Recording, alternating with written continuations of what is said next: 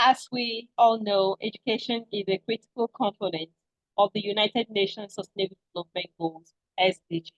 And achieving SDG 4 by 2030 requires collaborative efforts from governments, from institutions, and from individuals.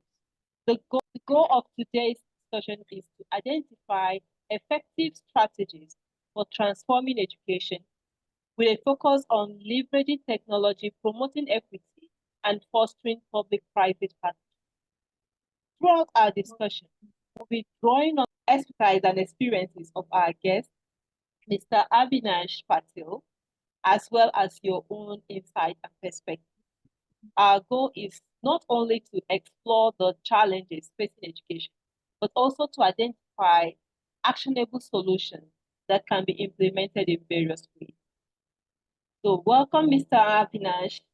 Please, can you briefly tell us a bit about yourself before we kick off the question?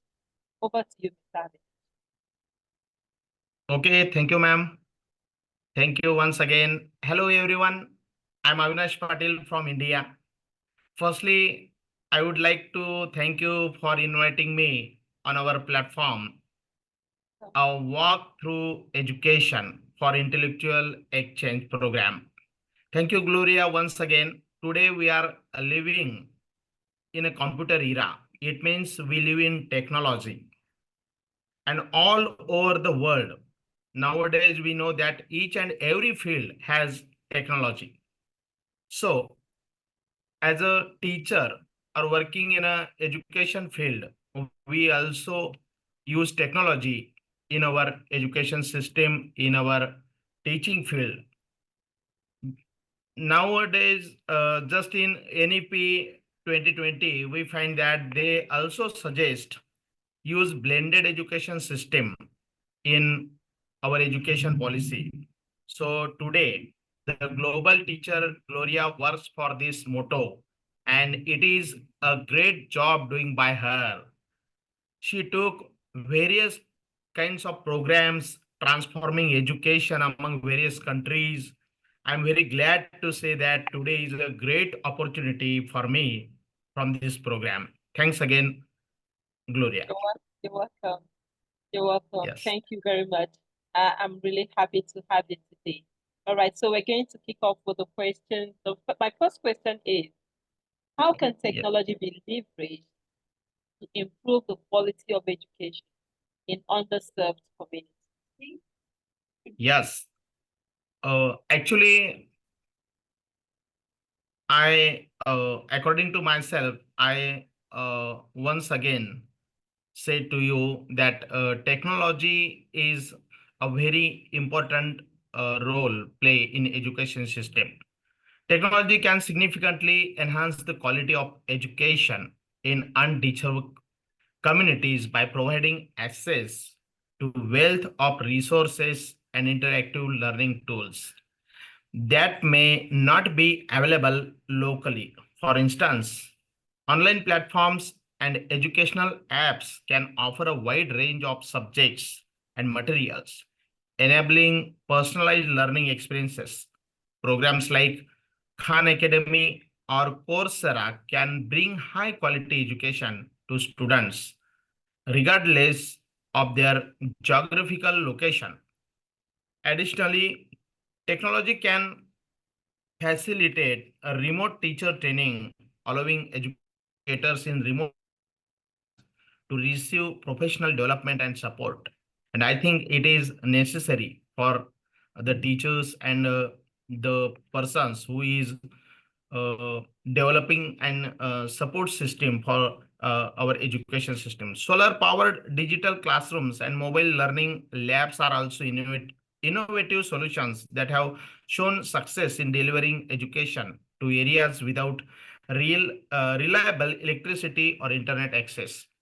And as a YouTuber, or we all know that when whole the world is in pandemic by COVID situation or Corona, yes, and at that time only technology will help us how to uh, teach or how to connect our students uh, it is the technology who help us or guide us for that. Thank you. Next. Thank you very much. Amazing. All right, I'm going to move over to the next question that says, what are some effective strategies for promoting equity in education for girls and children with disabilities? Over to you, sir.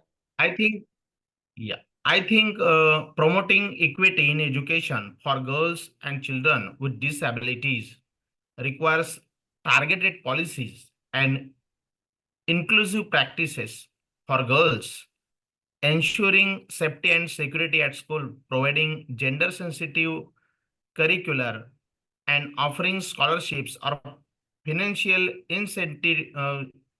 incentives can help address barriers to education. Programs like the Girl Effect Initiative have been successful in empowering girls through education and community engagement. For children with disabilities, it's crucial to implement inclusive education policies that that integrate them into mainstream classrooms while providing necessary support services such as specialized training for teachers, accessible learning materials, and assistive technologies. Initiatives like UNICEF's education program work to get towards creating learning environments that accommodate all students. Community sensitization and advocacy are also key in challenging societal attitudes towards girls and children with disabilities. Great. Thank you very much for that amazing response. My next Yeah, question is, what role do yeah. public stroke private partnership play in advancing educational initiatives? And can you provide an example of a successful collaboration that helped in working out this?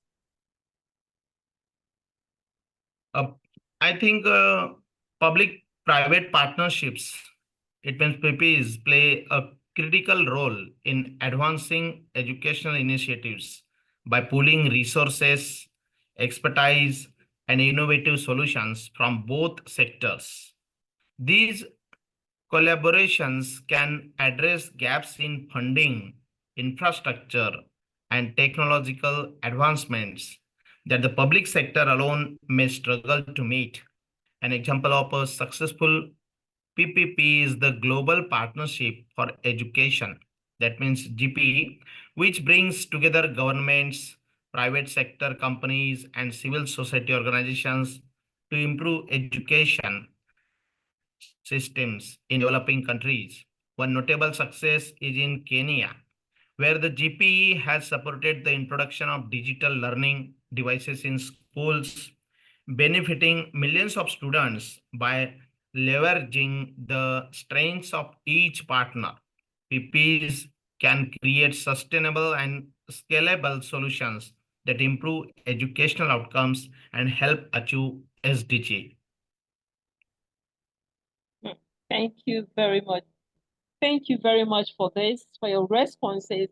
It has really gone a very long way because I know that many people that are going to be listening to what you've just told us today are going to be amazed. And I know that if we continue with this kind of work, we will go a long way. Thank you very much, and I'm very grateful to have you today. Do you have any final words to for our audience before we call it a day?